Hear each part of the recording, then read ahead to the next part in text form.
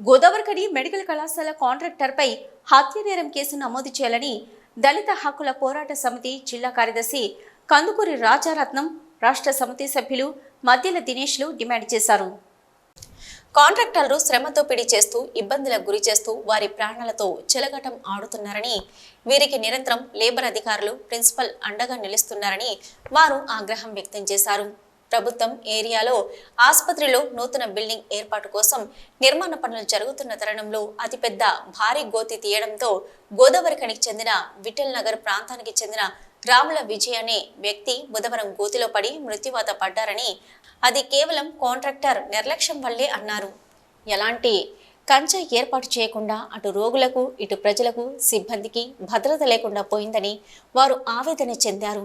మృతుడు నిరుపేద కుటుంబానికి చెందిన కనీసం నష్టపరిహారం కూడా చెల్లించకుండా మాకు సంబంధం లేదని నిర్లక్ష్య సమాధానాలు చెప్తూ చేతులు దులుపుకుంటున్నారని, కాంట్రాక్టర్, లేబర్ అధికారులపై హత్యానేరం కేసు నమోదు చేయాలని, వారిపై కఠిన చర్యలు తీసుకోవాలని వారు డిమాండ్ చేశారు.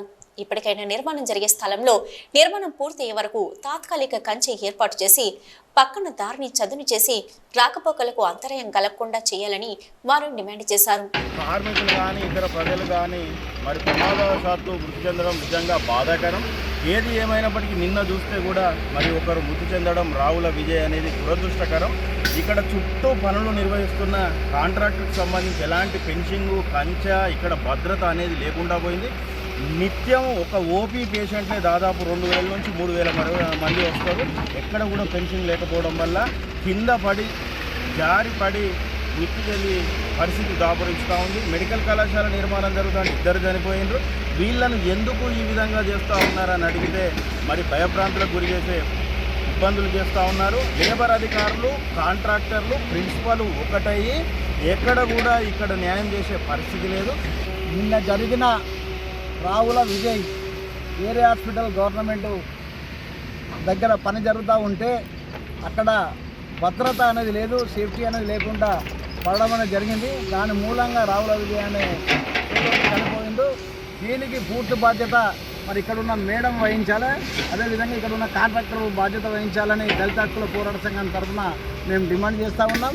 ఇంకా ఈ కార్యక్రమంలో దళిత హక్కుల పోరాట సమితి నాయకులు తోడుపునూరి రమేష్ కుమార్, నూకల మొండి, రాము, ప్రసాద్, రాంబాబు, రాజు, ఫైట్ ఫర్ బెటర్ సొసైటీ నాయకులు రేణుకుంట్ల, నరేంద్ర, శ్రీనివాస్ తదితరులు పాల్గొన్నారు.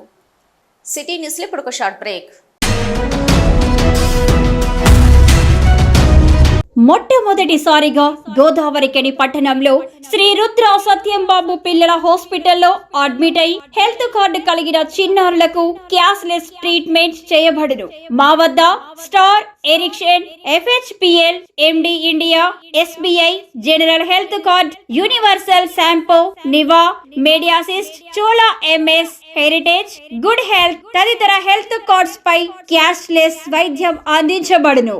పసిపిల్లల ఆరోగ్యం పట్ల ప్రత్యేక శ్రద్ధ కలిగిన డాక్టర్, చిన్నపిల్లల మనస్తత్వం గ్రహించి వైద్యం అందిస్తున్న పేరుగాంచిన డాక్టర్ గా గోదావరికని పట్టణంలో 12 సంవత్సరాలుగా వైద్య సేవలు అందిస్తున్న నెంబర్ 1 పిల్లల వైద్య నిపుణులు డాక్టర్ సత్యంబాబు ఇప్పుడు అత్యాధునిక పరికరాలతో సౌకర్యవంతమైన సిట్టింగ్ హాల్ తో కూడిన విశాలమైన సొంత భవనంలో వైద్య సేవలు అందిస్తున్నారు. విశాల భవనంలో NICU, PICU, incubator, phototherapy, nebuliser, warmer, syringe pumps, lab, pharmacy, AC, non AC రూమ్లు, జనరల్ వార్డ్స్, విజిటింగ్ హాల్ సౌకర్యం కలదు. Doctor Satyambabu MBBS, DCH PALS, పిల్లల మరియు నవజాత శిశువు వైద్య నిపుణులు, 24 గంటల వైద్య సదుపాయం కలదు.